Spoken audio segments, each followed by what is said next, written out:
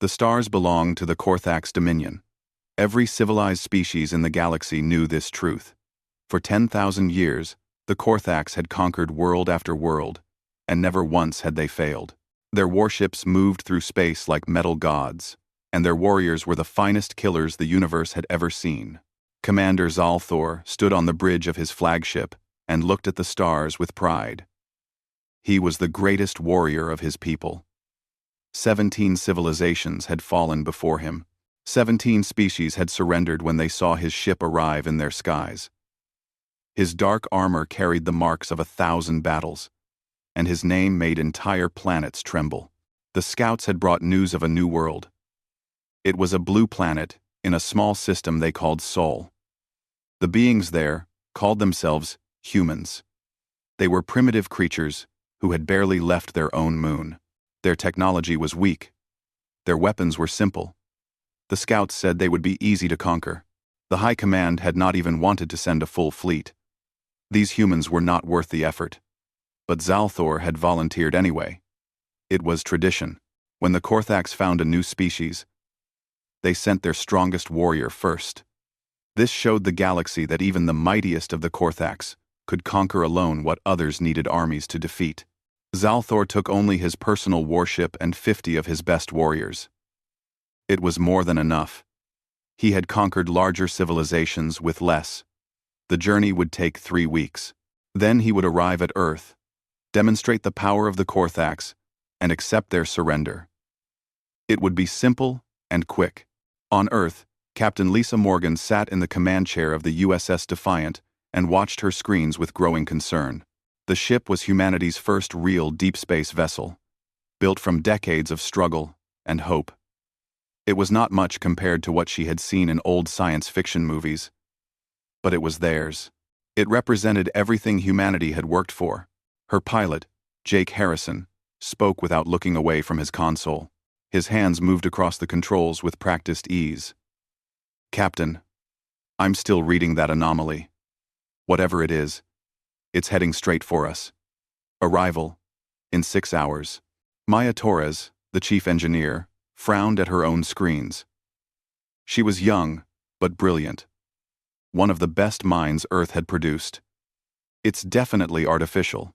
The energy signature is like nothing we've ever seen. It's not a comet or an asteroid. Someone built that thing." Lisa felt her heart beat faster. Humanity had wondered for so long if they were alone in the universe. Now, it seemed, they had their answer.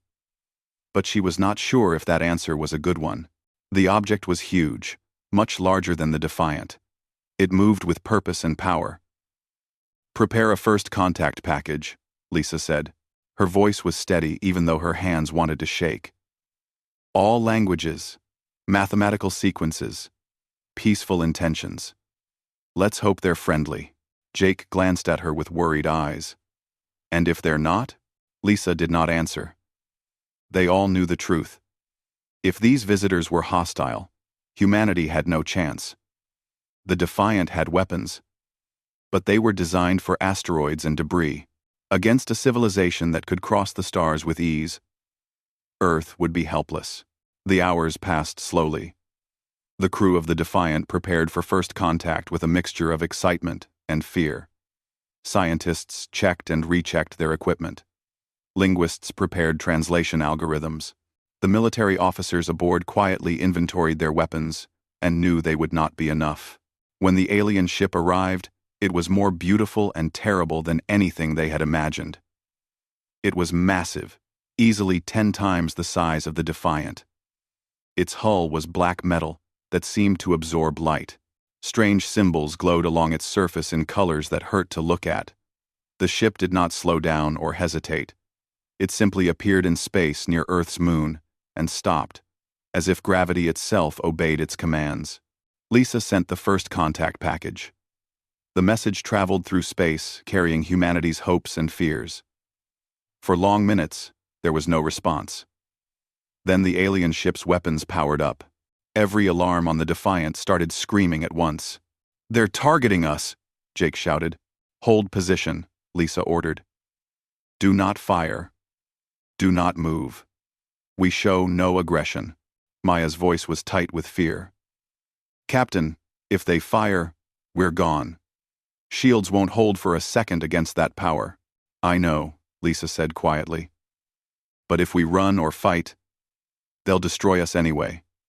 Our only chance is to talk. Then, finally, the alien ship responded. The message came in perfect English, though the voice was strange and cold. It was a voice that had ordered the deaths of millions and felt nothing. I am Commander Zalthor of the Korthax Dominion. Your species is now property of the Dominion. You will prepare for subjugation. Resistance is futile. Your world will serve or your world will burn. This is the only warning you will receive. Lisa closed her eyes for a moment. Then she opened them and prepared to answer. She thought about Earth below, about the billions of people who had no idea that their entire future was being decided right now. She thought about human history, about all the times humanity had faced impossible odds and somehow survived. She reached forward and opened the communication channel. Commander Zalthor, this is Captain Lisa Morgan of Earth. We request the right to speak before you make your decision. Give us a chance to show you who we are. There was silence. Lisa wondered if she had just sealed humanity's fate. Then Zalthor's voice came back, and there was something like amusement in it. Very well, human. You interest me. I will hear your words before I conquer you. It will make no difference to the outcome, but I am curious. Prepare to be boarded. Commander Zalthor materialized aboard the Defiant in a flash of blue light. His honor guard appeared around him. 10 warriors in dark armor carrying weapons that hummed with deadly energy. They were enormous creatures. Nearly 8 feet tall, with 4 arms and skin like gray stone. Their eyes glowed with an inner fire that spoke of ancient power. The humans on the bridge froze. Even their military officers, trained soldiers who had seen combat, looked like children next to these alien warriors. Zalthor examined the bridge with barely concealed contempt. The technology was primitive. The ship itself was barely worthy of the name. These creatures had achieved space flight, but only just. Lisa stepped forward. She was small compared to Zalthor, barely reaching his chest, but she did not look away from his burning eyes.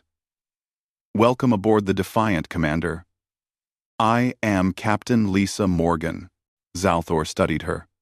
You speak bravely for one who is about to lose everything. I have conquered 17 civilizations, Captain.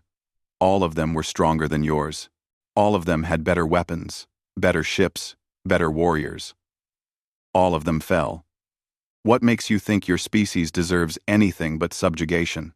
Lisa took a breath. This was the moment. Everything depended on what she said next.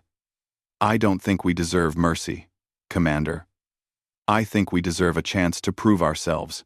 You say you've conquered 17 civilizations. Did any of them fight back? Did any of them surprise you?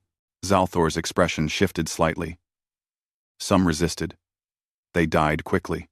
Then you've never truly been tested, Lisa said. You've never faced a species that could challenge you. You've only conquered those who surrendered, or those who were too weak to matter. Let us show you what humanity can do. Give us a chance to compete against your warriors. If we fail, we submit without a fight. But if we succeed, you leave Earth in peace. The Korthax warriors shifted, their weapons rising slightly. The idea that these primitive creatures could challenge them was insulting. But Zalthor raised one of his 4 hands, and they stopped. He was intrigued despite himself. You propose a contest? He asked. Between the greatest empire in the galaxy and a species that has barely learned to leave its own planet? Yes, Lisa said simply. Unless you're afraid we might win. Jake Harrison inhaled sharply behind her. No one spoke to a Korthax warrior like that. No one questioned their courage. Maya Torres looked like she wanted to tackle Lisa and stop her from getting them all killed. But Zalthor did not strike her down. Instead, he laughed. It was a harsh sound like metal scraping stone, but it was laughter. You are either very brave or very foolish, human.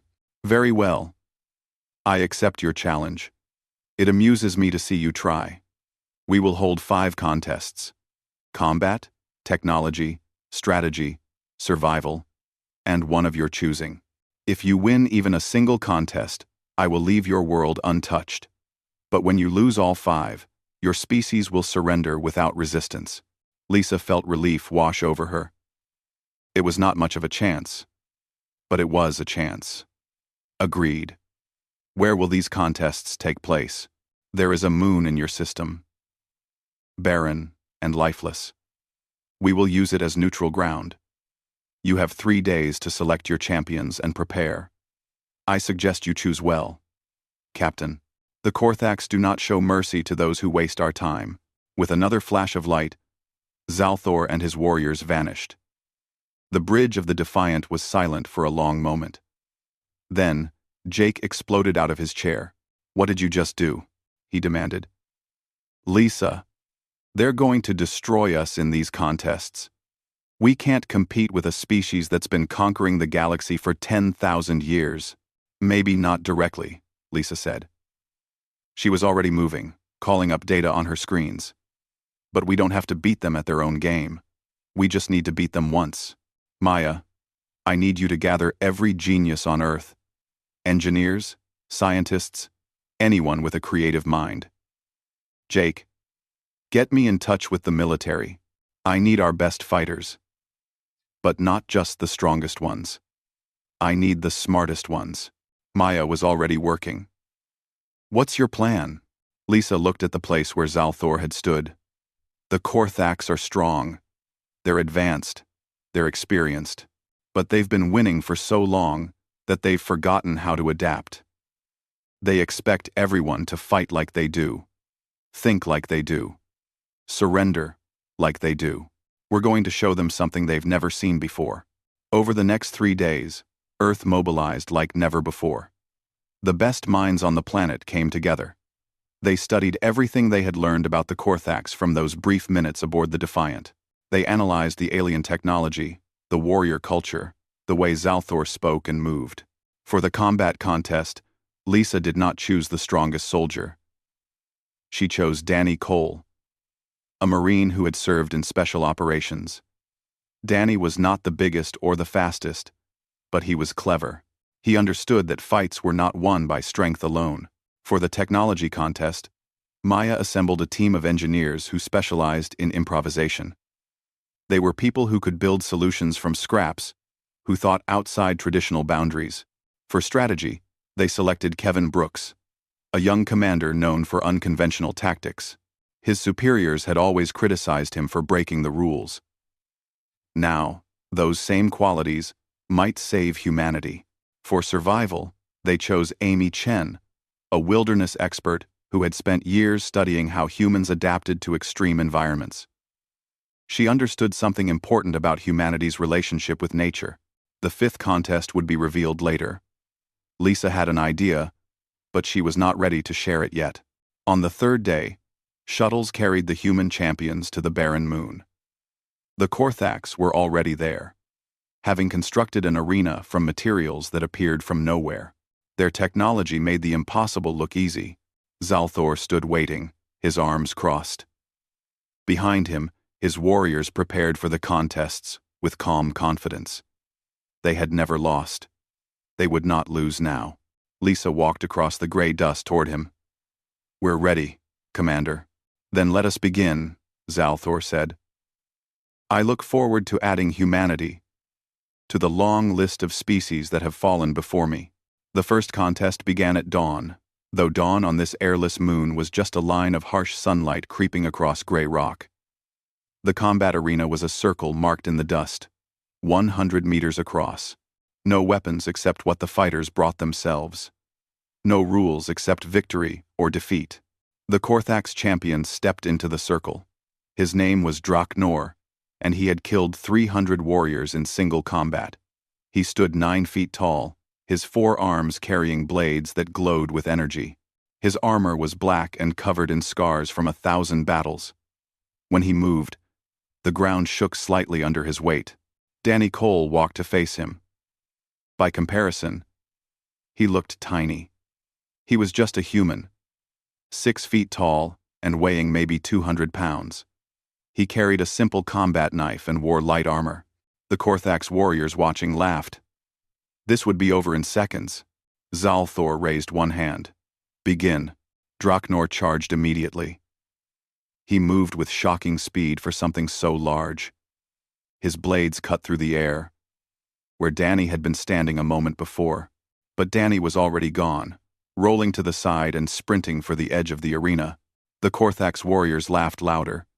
The human was running away. This was not even a contest. But Danny was not running away. He was running toward something. The moon's surface was covered in loose rocks and dust. Danny grabbed a handful of dust as he ran and turned, throwing it straight into Draknor's eyes. The alien warrior roared and swung blindly. Danny ducked under the blade and drove his knife into a gap in the armor at Draknor's knee. It was not a killing blow, but it made the warrior stumble. Danny was already moving again, using his smaller size to stay close where the longer blades could not reach him easily. He fought like a pest, like an insect that would not die. Every time Draknor tried to land a solid hit, Danny was somewhere else. The laughter stopped. The Korthax warriors watched in growing confusion. This should not be happening. Draknor was a master warrior. How was this small creature avoiding him? Danny found a large rock and waited. When Draknor charged again, Danny dove aside at the last second. The warrior crashed into the rock with tremendous force. Before he could recover, Danny kicked loose stones and dust into his face again, then used the moment of confusion to climb onto the warrior's back. Draknor tried to throw him off, but Danny held tight with one arm while using his knife to cut the straps holding the armor together. Piece by piece, the protective plates fell away. The warrior spun and thrashed, but Danny stayed on him like a parasite. Finally, with most of his armor gone and bleeding from a dozen small cuts, Draknor made a mistake. He backed up too close to the edge of the arena, trying to scrape Danny off against the boundary markers. Danny jumped free, and in the same motion kicked the back of the warrior's injured knee. Draknor fell backward, out of the circle. Silence. Complete and total silence. Danny stood there, breathing hard, covered in dust and alien blood. He had won. Zalthor stared. His greatest warrior had been defeated by a creature that should not have lasted 10 seconds. This is impossible. Lisa stepped forward. Is it? You expected Danny to fight with honor, to meet strength with strength. But humans learned long ago that honor does not matter if you are dead. We fight to survive, not to look good doing it. The second contest was held in a sealed chamber. Both teams had 6 hours to solve an engineering problem. A complex energy field needed to be stabilized or it would explode. The team that created the best solution would win. The Korthax team worked with precision and advanced tools. They built an elegant device using materials and technology far beyond anything Earth possessed. It was beautiful and sophisticated, a perfect example of their superior science. Maya and her team worked differently. They had brought boxes of random parts from Earth: old computers, car batteries, copper wire, magnets from refrigerators. They looked at the energy field and started building something that looked like it belonged in a junkyard. The Korthax engineers watched them work and could barely hide their contempt. This pile of garbage would never work. It was crude and ugly compared to their perfect device. When time was up, both solutions were tested. The Korthax device worked beautifully under normal conditions. It stabilized the field with 90% efficiency. The Korthax engineers smiled with pride. Then Maya's device was activated. It looked terrible. Wires and parts held together with tape and hope, but it worked with 95% efficiency. The Korthax engineers demanded to know how. The device should not work at all, Maya explained. Your device is optimized for perfect conditions. Ours is optimized for reality. We built it, assuming things would go wrong, that parts would fail, that conditions would change. Human technology has to work even when everything is broken, because that's usually when we need it most. The Korthax had no answer to that. Their perfect device was less effective than human junk. 2 contests. 2 human victories. Zalthor felt something he had not experienced in centuries. Doubt. These creatures should not be winning. They were primitive. They were weak, but somehow they kept finding ways to succeed where they should fail. The third contest was strategy. A simulated battle played out on holographic screens. Each commander controlled a fleet and had to destroy the enemy. The Korthax strategist was a veteran of 1,000 campaigns. He used textbook tactics that had won wars across the galaxy. Kevin Brooks sat at the human console and studied the battlefield. Then he started giving orders that made no sense.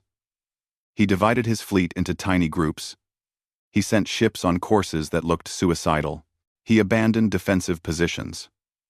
The Korthax strategist watched in confusion and then amusement. The human had no idea what he was doing. The battle began. The Korthax fleet moved in perfect formation, a wall of steel advancing to crush the scattered human forces.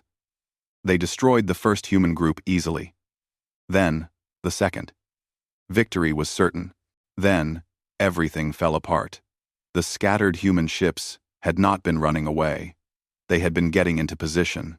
When they attacked, they came from 6 different angles at once, targeting the weak points where the perfect Korthax formation created gaps. The disciplined fleet could not adapt fast enough to the chaos. Ships collided, trying to change course. Communication broke down. The human fleet tore through them, like wolves attacking a herd. The simulation ended with the Korthax fleet destroyed. The strategist stared at the screen in disbelief. That should not have worked. Those tactics violate every principle of space combat. Ace. Kevin shrugged. Maybe that's why they worked. You expected me to fight the way everyone fights. But humans learned war fighting each other for thousands of years. We got creative. 3 contests. 3 human victories. The Korthax warriors stood in stunned silence. This was not supposed to be possible. Zalthor called a halt to the contests. He needed time to think. In his private chamber aboard his ship, he stood alone and stared at nothing. 3 defeats. 3 impossible defeats. The greatest empire in the galaxy was losing to a species that had barely reached the stars. His warriors were shaken. They whispered among themselves, something they never did. Doubt was spreading like poison through ranks that had never known fear. Zalthor had led them to victory after victory for decades. Now he was leading them to humiliation. He should have been angry. He should have declared the contests void and simply conquered Earth by force. But something stopped him. These humans had shown him something he had never seen before. They did not fight like other species. They did not think like other species. They adapted and changed and found ways to win, even when winning should be impossible. For the first time in his long life, Zalthor wondered if the Korthax had been winning for the wrong reasons. Had they conquered the galaxy because they were truly superior, or simply because everyone else surrendered too quickly to test them? The 4th contest would be survival. Both teams would be dropped on a hostile planet and left for 7 days with minimal equipment. The team that survived best would win. It was simple and brutal, the kind of test the Korthax excelled at. The planet chosen was a nightmare. Dense jungle filled with poisonous plants and predatory animals. The atmosphere was breathable but humid and hot. Storms rolled through every few hours with lightning and winds that could knock a person off their feet. It was the kind of world that killed the unprepared. The Korthax team consisted of 5 warriors in light armor. They carried survival equipment and weapons. They had trained for environments like this. Within hours of landing, they had built a fortified camp and begun hunting the local wildlife for food. The human team was led by Amy Chen. With her were 4 others trained in wilderness survival. They landed with even less equipment than the Korthax. For the first day, they simply observed. They watched the animals, studied the plants, tested the water. They did not try to dominate the jungle. They tried to understand it. On the second day, the humans did something strange. Instead of building walls to keep the animals out, they started leaving food at the edge of their camp. Small creatures came to eat. The humans did not hurt them. Slowly, the animals learned that the human camp was safe. By the third day, the humans had mapped the safe plants and the dangerous ones. They knew which water sources were clean. They had identified the predators and learned their hunting patterns. They moved through the jungle like they belonged there. The Korthax team fought the planet every moment. They killed predators that came near their camp. They cut down plants to make space. They treated the world as an enemy to be conquered. It worked, but it was exhausting. By the fourth day, they were tired from constant vigilance. On the fifth day, a massive storm hit. The wind was strong enough to tear apart the Korthax fortifications. Lightning struck a tree that crashed into their camp. They survived, but barely. They spent the sixth day rebuilding and recovering. The human camp weathered the storm better. They had not built rigid structures that the wind could destroy. They had woven shelters from local vines and anchored them low to the ground. When the storm hit, they retreated into a cave they had found. A cave that the local animals had shown them. They sat with those same animals, waiting for the weather to pass.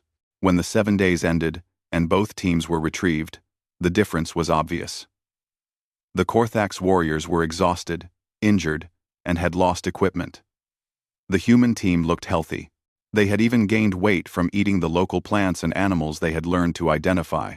The Korthax commander who judged the contest asked Amy how they had done it. She smiled. "We did not try to conquer the planet. We became part of it. Humans evolved by adapting to our environment, not by dominating it. We learned which animals could teach us about water sources. We learned which plants grew near safe areas. We worked with the planet instead of against it. 4 contests, 4 human victories. The impossible had become reality. Zalthor knew he could not delay the 5th contest. His warriors were watching him, waiting for him to restore their pride. The humans gathered in the arena, and Lisa stepped forward to announce their choice for the final challenge. "The 5th contest is not about strength or technology, or even survival," she said. "It is about endurance. Not physical endurance, but the endurance of civilizations. We want to share our history with you." "Another way," she said. She activated a holographic display. Images of Earth appeared, spinning through thousands of years. The Korthax warriors watched as human history unfolded.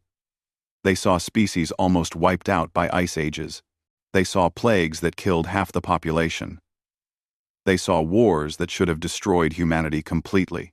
But in every image, humanity survived. When the ice came, they learned to make fire and clothes.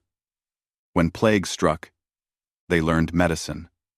When they fought wars, they eventually learned peace. Every disaster made them adapt. Every catastrophe taught them something new. "You asked what makes us think we deserve to be free," Lisa said to Zalthor. "This is why. We have been dying since we first stood upright. We have faced extinction 100 times. We have survived because we refuse to quit.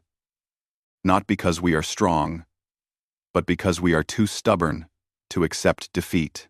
She changed the display to show the Korthax history, data they had gathered from studying Zalthor's ship. 10,000 years of conquest. 10,000 years of victory. No defeats. No struggles. No real challenges. You have won every battle for 10,000 years. Lisa continued. But have you ever really been tested? Has any species actually defeated you in combat? Or did they surrender before you had to prove you could endure what we endure? Zalthor stared at the display. He saw his civilization's history laid out like a story. Victory after victory. Conquest after conquest.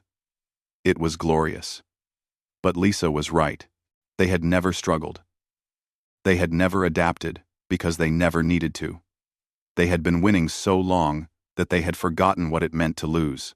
In all your history, Lisa asked quietly, what happened the one time something stronger than you appears?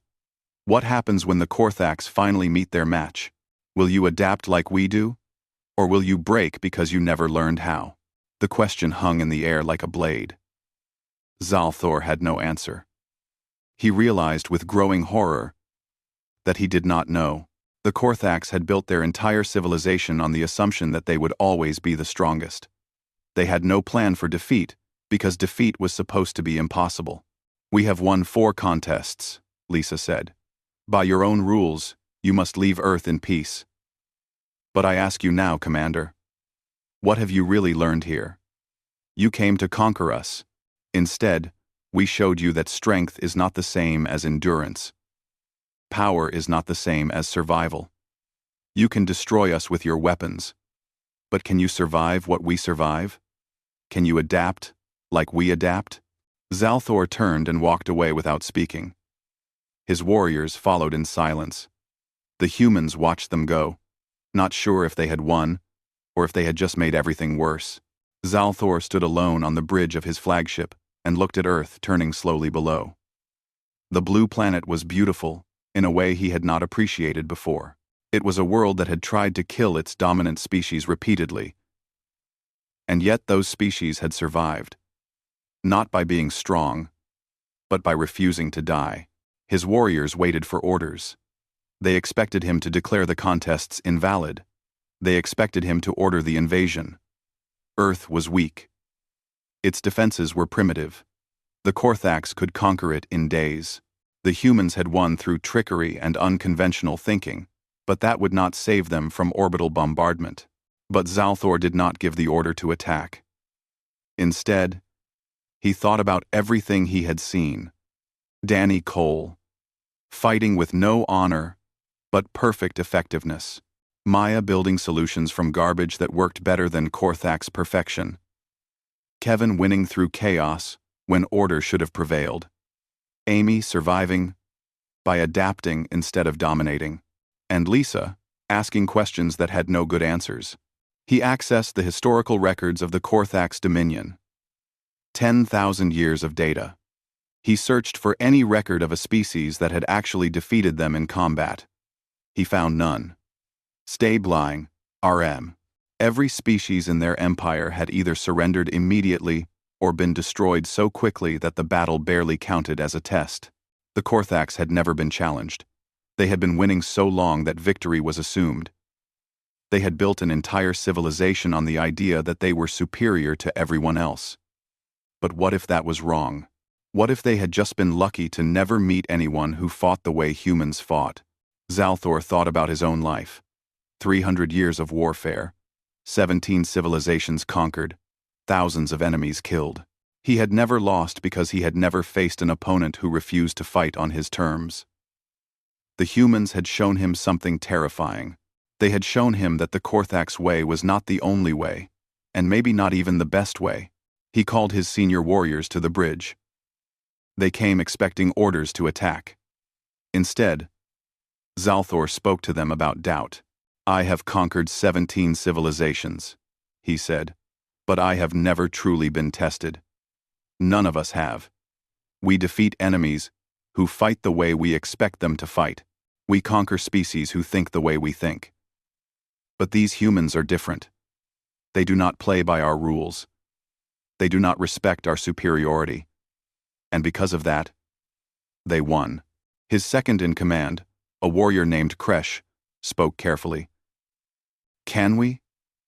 Zalthor asked. They defeated our best warrior with improvisation. They out-engineered us with primitive tools. They out-strategized us with chaos. They out-survived us by adapting. What makes you think they would not find a way to defeat us in war as well? They are weak, Kresh insisted. Their weapons cannot harm our ships. Their defenses cannot stop our assault. We would win because we are stronger. Zalthor looked at him. That is what every species we conquered believed about the species before them. That is what we believe about everyone. But the humans, showed us something we have never seen. They showed us that being weak does not mean being defeatable. They have survived things that would have destroyed us. Not because they are strong, but because they refuse to accept destruction. He turned to look at Earth again. I came here to conquer. Instead, I learned that the Korthax have been living a lie. We believe we are superior because we have never lost. But we have never lost because we have never been truly tested. These humans tested us, and we failed. The bridge was silent. What Zalthor was saying was heresy. It went against everything the Korthax believed. But none of his warriors could argue with the facts. They had lost 4 contests to a primitive species. The impossible had happened. Zalthor made his decision. He opened a communication channel to the Korthax High Command, the Council of Elders who ruled the Dominion from the capital world. They appeared on his screen, ancient beings who had ruled for millennia. Report. Commander, the eldest said. Is Earth ready for subjugation? No, Zalthor said simply. I am not going to conquer Earth. Silence. The council members looked at each other in confusion. Explain yourself, the eldest demanded. Zalthor told them everything. He described the contests, the human victories, the questions Lisa had asked. He explained his realization that the Korthax had never been truly challenged. He spoke about the difference between strength and endurance, between power and adaptation. These humans have shown me that our empire is built on sand, he concluded. We have been winning because we have been lucky, not because we are truly superior. We have never learned to adapt because we have never needed to. But someday, we will meet a threat that is stronger than us. And on that day, we will fall because we never learned how to survive defeat. The council was outraged. They ordered him to conquer Earth immediately. They called him a coward and a traitor. They threatened to strip him of his rank and send another commander to finish the job. Zalthor listened to their anger and felt nothing. They were afraid, he realized. Afraid that he might be right. Afraid that their perfect empire might not be as perfect as they believed. I will not conquer Earth, he said again. And I will not return to serve an empire that is too arrogant to see the truth. I am taking my ship and my warriors beyond the edge of the galaxy. We are going to find what we lost when we became conquerors. We are going to learn what these humans know. We are going to learn how to survive, not just how to win. He cut the communication before they could respond. Then he turned to his warriors. Anyone who wishes to return to the Dominion may take a shuttle. I will not force you to follow me into exile, but I am leaving. I have spent 300 years winning, and I have learned nothing. I want to spend the rest of my life learning, even if it means losing. His warriors looked at each other. Then, one by one, they pledged to follow him. They had seen what he had seen.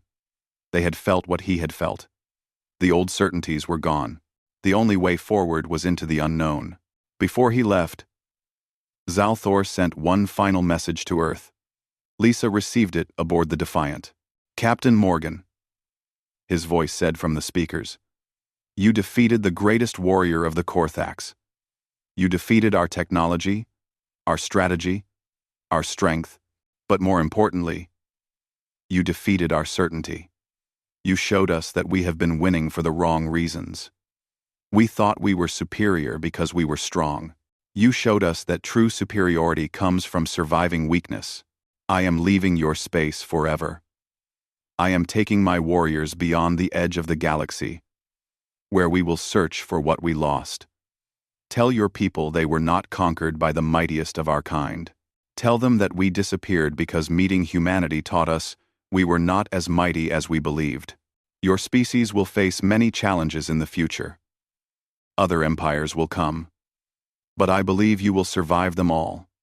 Not because you are strong, but because you refuse to quit. Guard that stubbornness well, Captain.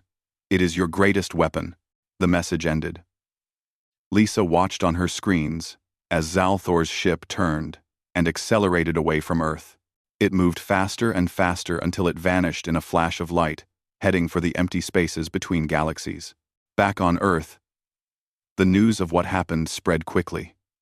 Humanity had faced the greatest empire in the galaxy, and won. Not through war, but through contests.